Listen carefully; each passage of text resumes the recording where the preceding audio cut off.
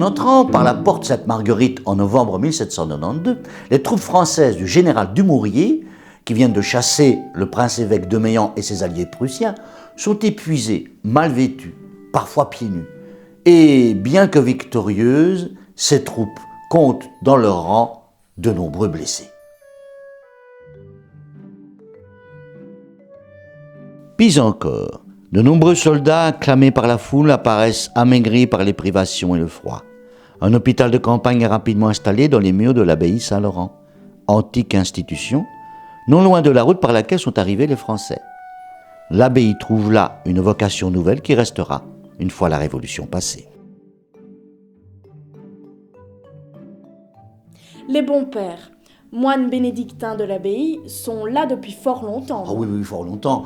Sur les hauteurs nord de la cité, une antique chapelle avait été bâtie au Xe siècle et en 1026, elle s'était agrandie pour pouvoir accueillir une communauté de 30 moines bénédictins.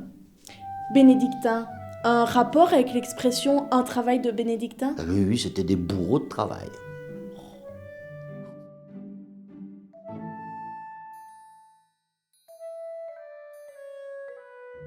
Observant les règles de Saint-Benoît d'où ils tirent leur nom, ces moines vouaient leur vie à tous les travaux possibles, y compris le défrichement des sols et la fabrication de biens de consommation, toutes occupations comprises comme service rendu à Dieu. L'abbaye fut consacrée à Saint Laurent, jeune martyr du IIIe siècle, brûlé vif sur un gril. Cette abbaye, où plusieurs princes-évêques furent inhumés, s'imposa rapidement comme un des centres économiques et culturels majeurs de la cité. La bibliothèque de l'abbaye recueillit de nombreux manuscrits enluminés, ouvrages et chroniques. Tandis que les bons moines étaient régulièrement sollicités pour leur expertise médicale, leur érudition religieuse, leur arbitrage juridique.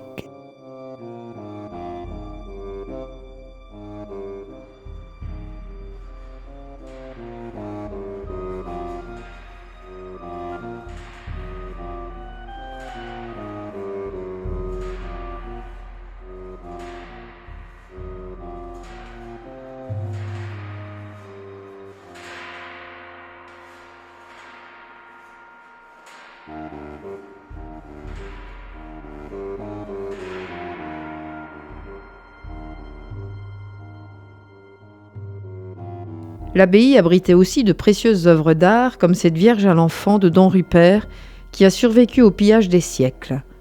Cette pièce est conservée actuellement au Grand Cursus, l'ancienne abbaye n'ayant conservé qu'une copie. Ce bas-relief en grès houillé, peint et doré, date des années 1150.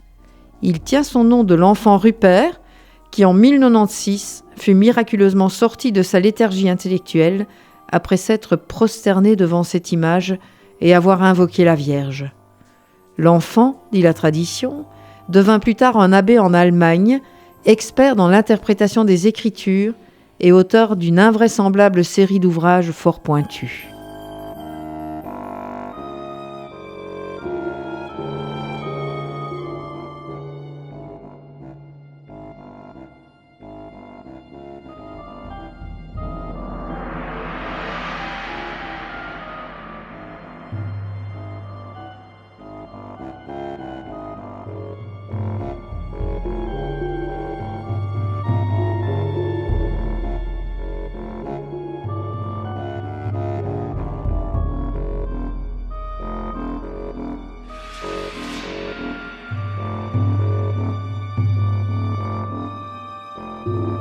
Comme on peut le deviner, tout au long de l'histoire mouvementée de la cité, l'abbaye eut à subir les assauts de l'infortune. Eh oui, jusqu'à ce jour d'automne où se produisit la première invasion française, venue au secours des patriotes liégeois.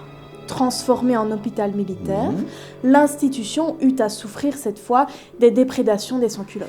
Oui, la Révolution, hélas, détruisit d'innombrables lieux de culte, sans savoir qu'elle anéantissait pour toujours des trésors de culture. Enfin, en 1795, au moment où le territoire de la cité était absorbé par le département de l'Ourthe, les biens de l'abbaye étaient vendus au profit de la nation, mais surtout au profit des agents de l'État, qui saisissaient pour eux-mêmes les objets les plus précieux.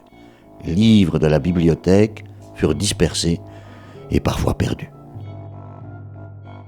Au gré de la geste napoléonienne d'hôpital, l'abbaye devint caserne, puis prison militaire. Sur ses dépendances, en 1826, un charbonnage commença l'exploitation de gisements de houille, là où poussaient autrefois les vergers des moines. En 1839, les murs de l'ancienne abbaye furent à nouveau affectés à la médecine militaire. Il devait rester en hôpital jusqu'à aujourd'hui. L'ensemble des bâtiments et des terrains devenant domaine militaire, abritant le 3e CRI, c'est-à-dire le 3e centre régional des infrastructures de l'armée.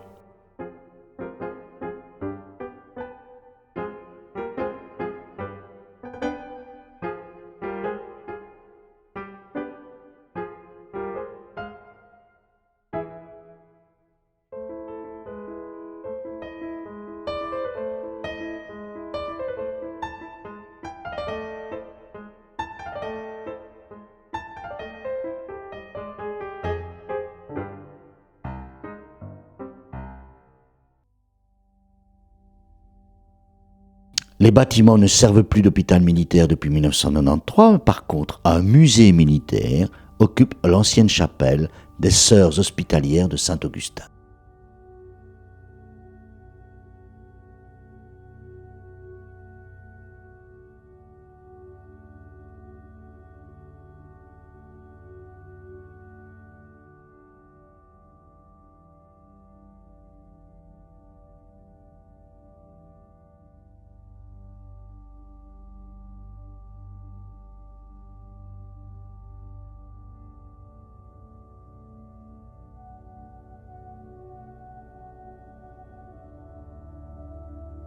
Les bâtiments ont conservé de nombreuses traces de leur ancienne fonction religieuse.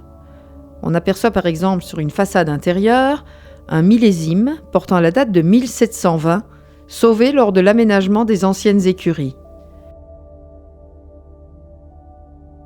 Le portail en calcaire de la fin du XVe siècle, qu'on aperçoit ici depuis la rue et par lequel on entrait dans l'hôpital, échappe en 1893 à une disparition tragique.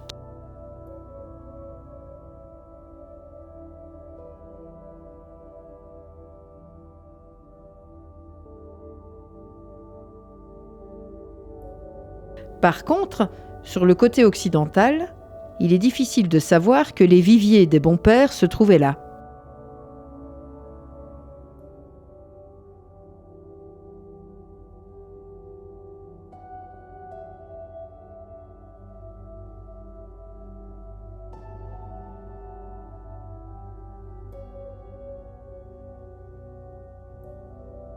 L'ensemble des bâtiments disposés en U autour de l'esplanade principale ont eux été achevés en 1770.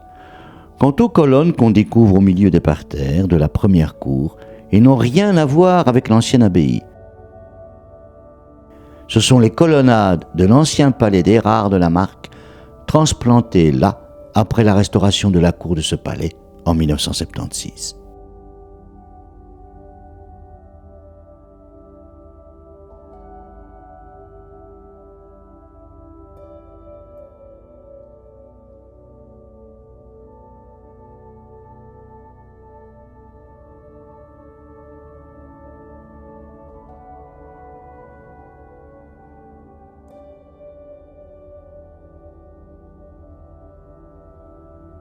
L'ancienne abbaye est finalement un ensemble disparate. Assez.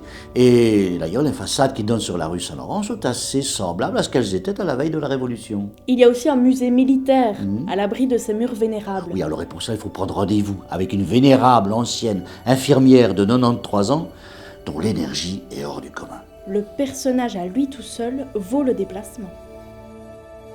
Des trésors dorment là, pêle-mêle, entre ces vieux murs, au repos quelquefois troublé par de rares visiteurs.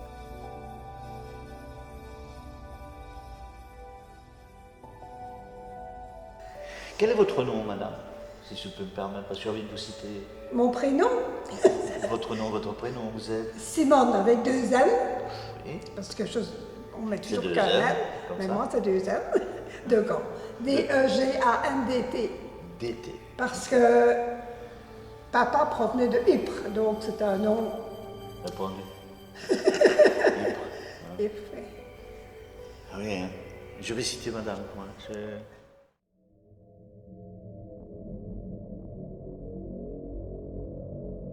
L'ensemble des bâtiments de l'ancien hôpital militaire ont enfin reçu en 2022 une nouvelle affectation.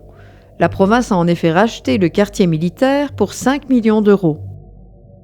On assure que dans ce projet, l'avenir du petit musée sera préservé, ce qu'on aimerait croire.